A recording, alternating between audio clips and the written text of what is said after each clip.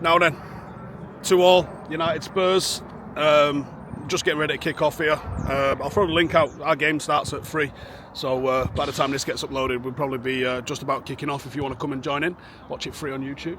3 o'clock kickoff. No need for a dodgy box. Anyway, substitutions, innit? Substitutions have absolutely melted us there. Again, the same thing that happened against Brighton, but it actually cost us points from the win this time, rather than rattling us and us not managing to hold on. We actually managed to hold on for it. But the substitutions have just shown that they're not at the same level as the starting 11. So I think the manager's got to take responsibility for that there, because United are in control. A little bit of a raised eyebrow when you bring off Mazraoui. Now, maybe Mazraoui needed to come off. One sec. Claire, answer that. Little bit of a raised eyebrow when you take Mazraoui off and go with an offensive attacking substitution, moving Ahmad back to right wing back, where we've played a little bit of a defensive shape. We've allowed them to have a bit more of a possession. They didn't really have much territory, but we've allowed them to do that, and United look completely in control. Spurs do not look like they're going to score a goal. And then for the last half hour, the game has just opened up. A couple reasons why. I think Casemiro coming off, when I think he's been such a rock, but also you've gone for the win. Now, you go for the win, you gamble. On one hand, you're thinking, I want my managers to be going for the win, but you've gone for the win and it's not come off. So when that happens, you've got to take responsibility for that. I think that's a mistake. Now, some people are going to be like, oh, you're blaming the manager, that means you want him sacked. It's not what I said. Don't twist what I said, but I think he's got to take responsibility for that. Sometimes you get it right. And in recent weeks, you give him a lot of credit for getting things right. And I think in the first half, you give him credit for the things that went right. But when things have gone wrong, again, responsibility has to be taken, and things went wrong. And I think things went wrong because too many substitutions and too offensive. Like, Spurs did not look like scoring. You could have seen that game out. I'm not necessarily saying go low block and park the bus. Just see the game out. Manage the game.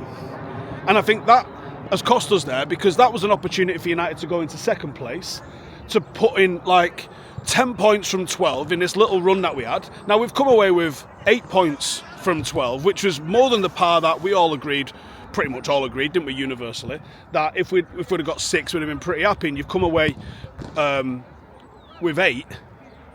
That's more than we all thought was going to be. You haven't lost. But for me, and even though even the way the game ended was scoring with the very last kick of the game, should be a positive thing, but it feels like a negative, because it's like the second half of the game and the last half an hour of the game felt like we allowed it to get away from us when we didn't need to allow the game to get away from us. I thought the first half we played some sensational football. There was brilliant up, back and through movement. Spurs got completely shut out, completely frustrated, and they only got an opportunity to get back into the game because of things that we did. Sesko had an opportunity probably to get us a win, when he's obviously ended up doing his knee in. But it was a brilliant tackle. Like, it was a flawless tackle. Can he hit it a touch sooner? That would have absolutely silenced the critics if it had done that. Casemiro's had another brilliant game, and you can literally see the difference in what we've been doing when we're getting transitioned on when it's Casemiro, because he's not steaming out and pressing the ball in the manner that he used to.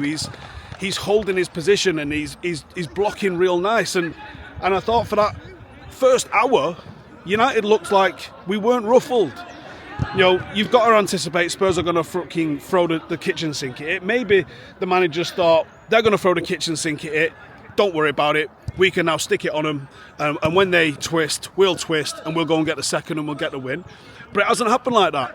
And the same thing that happened against Brighton, where we've ended up conceding, it hasn't cost us in this instance. It didn't cost us in that instance. It did cost us in this instance.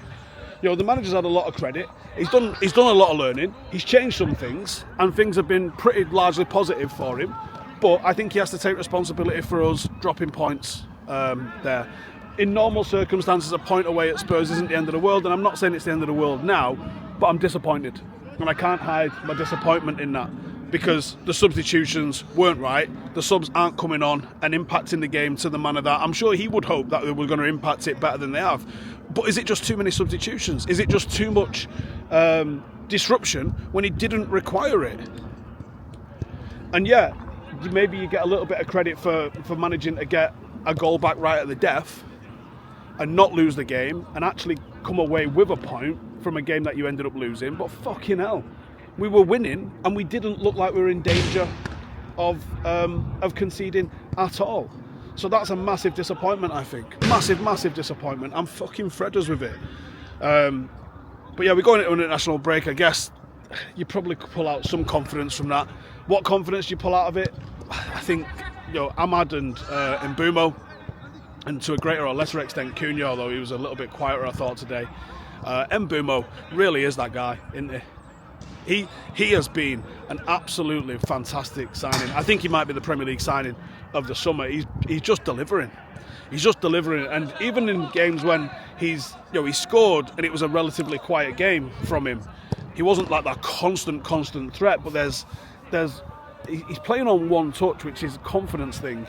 But he's so dangerous. He's so dangerous with what he does. So dangerous. Really just impressive player that I'm so happy with. But anyway, I'm going to have to cut this one a little bit short because we're kicking off soon. The lads are just in the middle of the warm-up, so I'm going to go finish off doing my work. If you want to come in and tune in with us, we're kicking off at 3. So it'll be live on YouTube. I'll throw the link in the description or in the comments below. Come and check it out. Otherwise, let me know your thoughts on the game. See you in a bit.